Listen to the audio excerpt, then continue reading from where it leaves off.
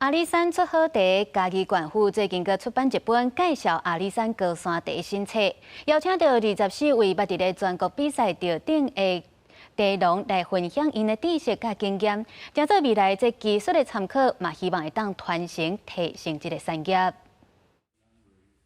阿里山高山茶的茶农伫茶米修成了后，下面就要继续无闲培茶的工作。嘉义县配合农业部茶改场，甲24位茶农做茶经验甲故事，整理出册，要互民众来了解阿里山的高山茶。咱的一寡状况，包含咱的栽培环境的部分，咱做茶的过程，以及要安怎泡茶，要安怎啉茶，这部分拢有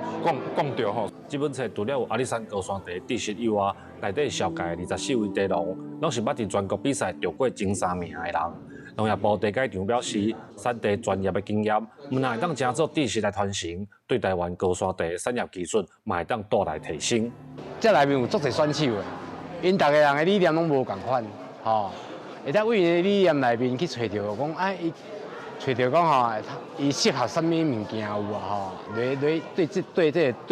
这茶的认知会熟悉。田间栽培技术的改进，甲做茶的这个环境的这个提升，这拢总是伫这本册内底拢会使互大家看得到。嘉义县农业处表示，阿里山高山茶有2300公顷的种植面积，是嘉义县真重要的经济作物。这本册除了是记录嘉义在地发展要50档的高山茶产业，嘛希望透过这本册的发表，互民众对大阿里山地区的高山茶有更较深的认识。记者林慧婷，嘉义报道。